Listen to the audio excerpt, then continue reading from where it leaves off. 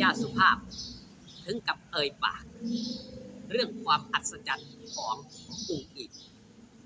เรื่องเล่าสิเป็นมาเป็นไปจังไดนั้นก่อนอื่นต้องขอกล่าวคำว่าสวัสดีครับผมสวัสดีพี่น้องฟังปลายมิตรหมอแคนแฟนหมอลำแฟนคลับ FC สาวน้อยเพชรบานแพงแฟนคลับ FC ลาดน้อยอุ๋งอิงสู้ผู้สู้คนนะครับมาพบกันทางช่องไทยซีเกตชาแนลในเวลา 13:51 นาทีครับพี่น้องขอบคุณพี่น้องที่มาเบิงขอบคุณพี่น้องที่มาแย่งช่องไทยซีเกตชาแนลเบิ่งแล้วก็อย่าลืมกด Subscribe กดไลค์กดแชร์เพื่อเป็นกำลังใจให้ไทยซีเกตชาแนลนี่เด้อครับเด้อก่อนสิไปฟังเรื่องเล่าครับพี่น้องของยาสุภาพเฝ้าฮอดจอดถึงลาบางหญิงมือนี่คิวการคิวงานสาวหน่อยเพชรบันแพงเล่นอยู่ที่ตลาดเจริญศรีอำเภอวารินชำราบจังหวัดอุบลราชธานี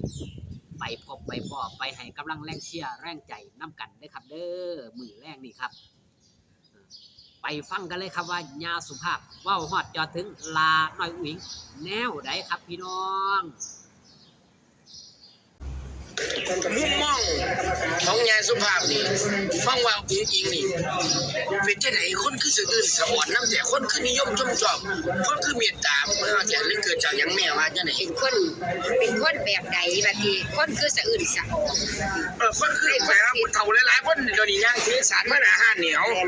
มาอุ๋งอิงให้นำอุ๋งอิงบ่แม่นน้อยให้บ่100คนนี่บ่ต่ำกว่า90คุณแม่ก็สังเกตอยู่คือกันสังเกตแล้วก็คิดในใจว่านางก็แบบว่าเป็นคนแบบว่าคือจังสิมีของในตู้เป็นเด็กที่ว่าเขาเรียกเด็กอะไรนะมหัศจรรย์เด็กสิเอิ้นเป็นเด็กอัจฉริยะหมายถึงว่าอยู่ลางนี่สิเป็นโป่งลงเปงเลงปางลางคือกันละกับลุงจู่บอกถ้ามาบัดขึ้นเวทีคนละแบบนิสัยคนละนิสัยเปลี่ยนไปเลยคุณแม่ก็สังเกตเรื่องนี้แม่ก็สังเกตมาหลายงานแล้วเพราะว่าย่ำคุณแม่ไปสัมภาษณ์ย่ำยาไปสัมภาษณ์ให้สินั่งกับสิเด็บเว้ากับเป็นเด็บคือจังเด็กน้อยไล่เดียงสาตาเอาสิแม่นอยู่บ้านเฮาป.6 ม.1ยังว่าตานางนี่ก็สิบ่เบิ่งเฮานี่สิแบบว่าบ่เต็มตาเด้อยู่ลางเด้แล้วมาบัดขึ้นเวทีแล้วเบิ่งซ้อมเบิ่งสิ่งเบิ่งเนี่ยนางสิเป็นคนละอย่างคนละแบบคือจังมีอะไรอีหยังอยู่ในมีอุ้มมาลงจังซี่บ่มีองค์มีบอกคือนี่มีของอ่ะล่ะมีของในตู้ของนางนางก็สิแบบว่าฉลาดการเว้าการจาการร้องการรับขึ้นเวทีนี่นะนางสิเปลี่ยนไปเลยนะ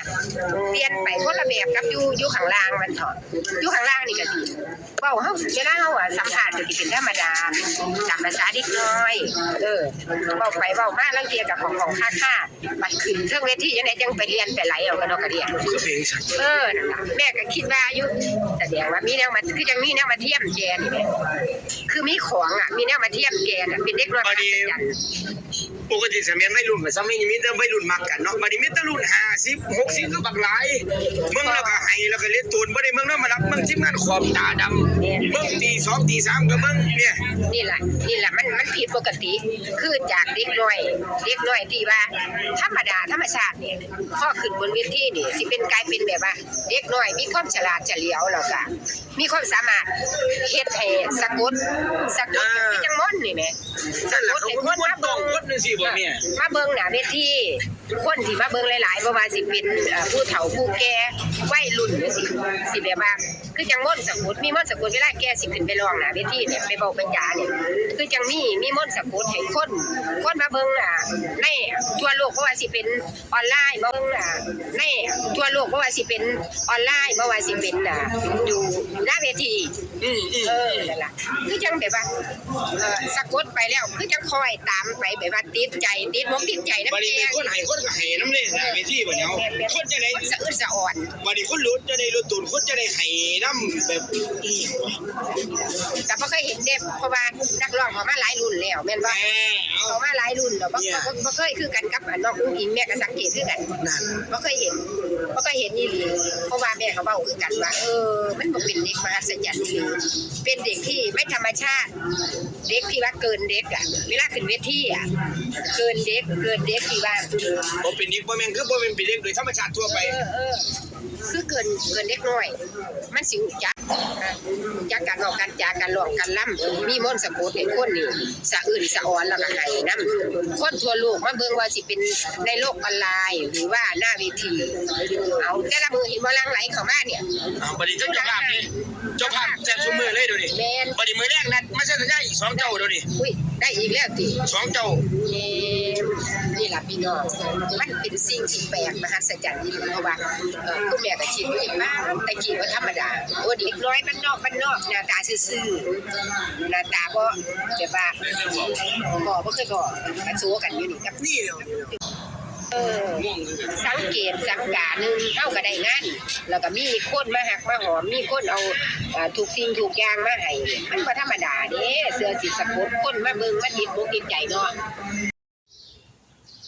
เป็นจังไดนะครับ พี่น้องหลังจากที่ได้ฟังคุณยาสุภาพเว้าคุยกันกับบอสโจเกี่ยวกับลาหน่อยหญิงพี่น้องมีความคิดเห็นว่าจังไดครับ แม้แต่คุณยาสุภาพผู้ค่อมวอดอยู่ในวงการผู้ก่อตั้งสาวหน่อยเป็ดบันแห้งยังเอ่ยปากยังเว้าถึงความอัศจรรย์ของลาหน่อยหญิงแนวนี้รวมไปกระทั่งบอสโจที่เพิ่นเคยเว้าเคยจาอยู่ตลอดเวลาว่าหลายครั้งหลายค่าที่ออกซื้อเว้าเกี่ยวกับลาหนังหญิงว่าฟ้าส่งอุ๋งอิงลงมาหรือว่าฟ้าประทานอุ๋งอิงมาอยู่กับสาวน้อยเพชรวันแพงมาอยู่กับครอบครัวยมนิตมาเป็นลูกสาวบอสโจมาสร้างมาแปลงบ่ได้มาแย่งตำแหน่งผู้ใดอุ๋งอิงก็คืออุ๋งอิงไม่มีอุ๋งอิงที่ไม่มีอุ๋งอิงที่2ที่3อุ๋งอิงมีหนึ่งเดียวเท่านั้นคนไหนคนหนึ่งดังในองค์กรสาวน้อยเพชรบันแพงเว้ามาก่อนอุ๋งอิงเขามาอยู่ซะด้วยซ้ำนั่นคือคำเว้าคำจาของบอสโจที่เว้าฮอดจอดถึงลาน้องหญิงมันหยังคือจังสนับสนุนลาน้องหญิงมันหยังคือจังซัพพอร์ตลาน้องหญิงก็เพราะอุ๋งอิงเป็นลูกคนอื่นคือลูกวงยาสุภาพก็คือเป็นยาแต่ความเป็นยาของยาสุภาพยังเข้ารบศรัทธาครับในโตลาน้องหญิงอีกแนวหนึ่งคือกันบ่แม่นแต่ว่ายาเป็นยาซื่อๆได้ครับแต่ยาสุภาพให้ความหักความแพงให้ความเคารพศรัทธาในโตหลานยังหลาน้อยอย่างล้นเปี่ยมแม้แต่หลานวิมไปขอพรยาสุภาพยังขนลุกขนพองนั่นคือเรื่องอัศจรรย์เกี่ยวกับลาน้อยหญิงที่เกิดขึ้นทางด้านยาสุภาพทางด้านบอสโจมันก็ได้ออกมาเว้ามาจาเปิดเผยเกี่ยวกับเรื่องนี้